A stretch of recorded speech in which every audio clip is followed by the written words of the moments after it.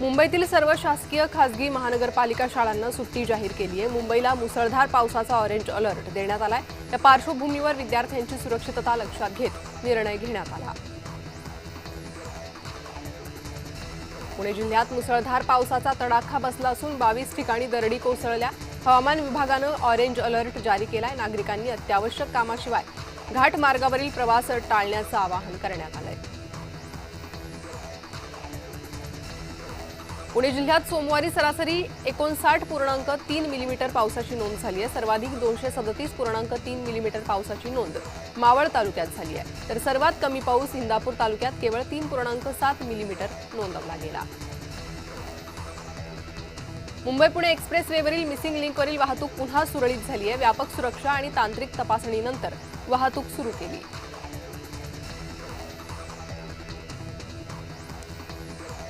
पुणे, नाशिक, पालघर आणि रायगड जिल्ह्यांना red alert देण्यात आला। या जिल्ह्यांमध्ये अतिमुसळधार पावसाची शक्यता आहे। घाटमाथा आणि डोंगराळ भागात दरडी कोसळण्याचा धोका वाढला आहे।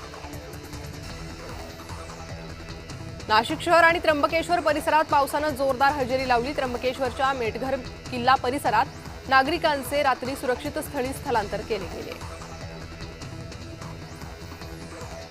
नाशिक शहरातील सर्व शाळा आणि महाविद्यालयांना सुट्टी जाहीर केली। अतिवृष्टीच्या इशाऱ्याच्या पार्श्वभूमीवर नाशिक महापालिकेनं निर्णय घेतला। आळंदीत वारकऱ्यांच्या वाहनांची संख्या वाढते। पालखी प्रस्थान अवघ्या 2 दिवसांवर आलं असताना आळंदीत पाणी वाढलंय। आळंदीत येणाऱ्या भाविकांना सुरक्षित ठिकाणी थांबवावं अशी विनंती करण्यात आली आहे। सध्या आळंदीत पाणीच पाणी झाल्याचं चित्र आहे।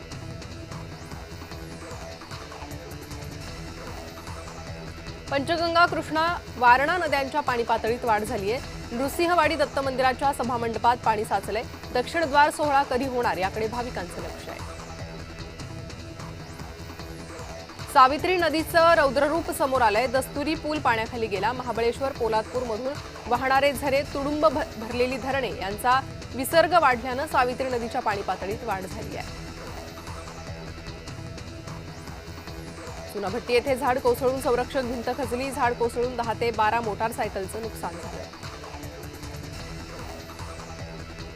वसई विरारमध्ये पावसाचा कहर पाहायला मिळाला। 12 तासांमध्ये तब्बल 325 मिलीमीटर पावसाची नोंद झाली आहे। प्रमुख रस्ते आणि महामार्गांवर पाणी साचलं।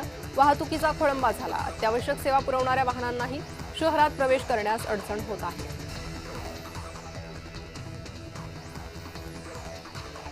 मुंबई पुणे महामार्गावर डोंगरावरून दगड माती घसरली आहे। यामुळे वाहन चालकांना समस्येला सामोरं जावं लागतंय। गेल्या 2 दिवसांपासून सुरू असलेल्या पावसामुळे जनजीवन विस्कळीत झालंय।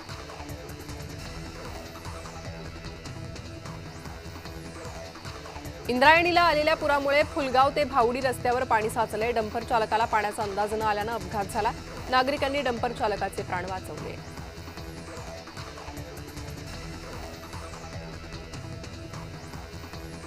रायगडमध्ये मुसळधार पावसामुळे झाडांची पडझड झाली आहे। आंबेत बागमांडला मार्गावर वाहतूक ठप्प झाली। पाटण तालुक्यात पावसाचा हाहाकार पाहायला मिळतोय। कराड चिपळूण मार्गावर मल्हारपेठ येथे एक झाड पडून 1 जण जखमी झालाय। चाफळ उमरज मार्गावर प्रवासी घेऊन निघालेल्या चालत्या जीपवर बाभळीचं झाड पडून 6 जण जखमी झाले। ठाण्यातील श्रीरंग सोसायटी भागात पाणी साचलं। काही इमारतींच्या वाहनतळात पाणी शिरलं। ठाणे महापालिकेनं इथे 2 पंप बसवलेले आहेत।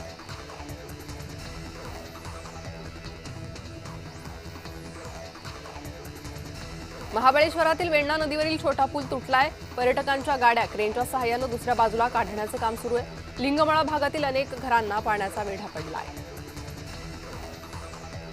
पन्हाळा तालुक्यातल्या बोरगाव येथील जिल्हा परिषदेच्या शाळेत पुराचं पाणी शिरलं। विद्यार्थ्यांच्या सुरक्षिततेसाठी कायमस्वरूपी उपाययोजना करा अशी मागणी करण्यात आली। पाणी शिरल्यानं शाळेतल्या वर्गखोल्या चिखलानं भरल्या होत्या।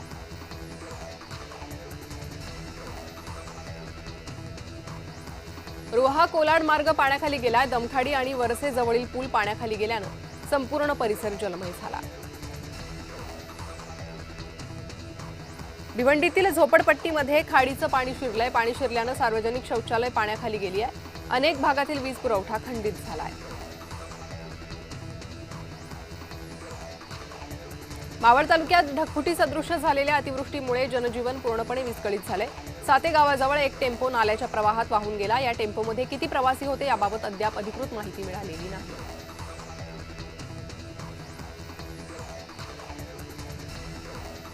रत्नागिरी जिल्ह्याला मंगळवारी रेड अलर्ट देण्यात आलाय। सर्व शाळा महाविद्यालयांना मंगळवारी सुट्टी जाहीर करण्यात आली आहे। विद्यार्थ्यांच्या सुरक्षिततेसाठी निर्णय घेतलाय।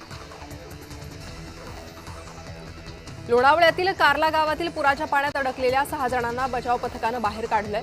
यात एका कुत्र्यालाही वाचवण्यात आलंय।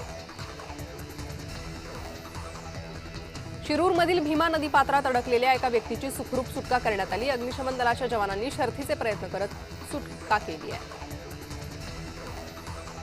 ठाण्यात मुसळधार पाऊस सुरू असताना प्रशासनाच्या वतीनं विनाकारण घराबाहेर न पडण्याचं आवाहन नागरिकांना करण्यात आलं। तलावपाली परिसरात रस्त्यावर पाणी साचलं।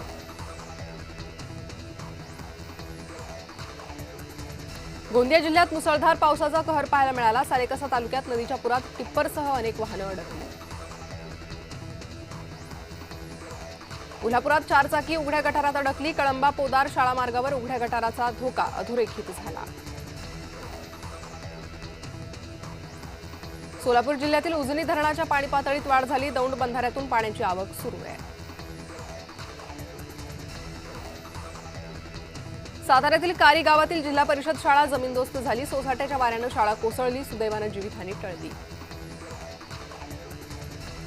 कोल्हापुरातील दूधगंगा नदीवरील वंदूर बंधारा पाण्याखाली गेला। बंधाऱ्यावरून जाणारी वाहतूक बंद केली। नाशिकमधील नांदूर मधमेश्वर धरणातून विसर्ग सुरू केला। जायकवाडीच्या दिशेनं 300 क्युसेक पाण्याचा विसर्ग सुरू आहे। मुंबई गोवा महामार्गावर सुकेली खिंडीत 4 चाकी बुडाली। वाहनामधील सर्व प्रवासी वेळीच बाहेर पडल्यानं जीवितहानी टळली। मुसळधार पावसामुळे विरार पश्चिमेतील पारोळा गावात पाणी शिरलं। वाहतुकीवर परिणाम झाला। अनेक दुकानांमध्ये पाणी शिरल्यानं व्यापाऱ्यांचं नुकसान झालंय। मालेगावात मुंबई आग्रा राष्ट्रीय महामार्गावरील पुलाला भगदाड पडलं। यामुळे मोठा अपघात होण्याची भीती आहे।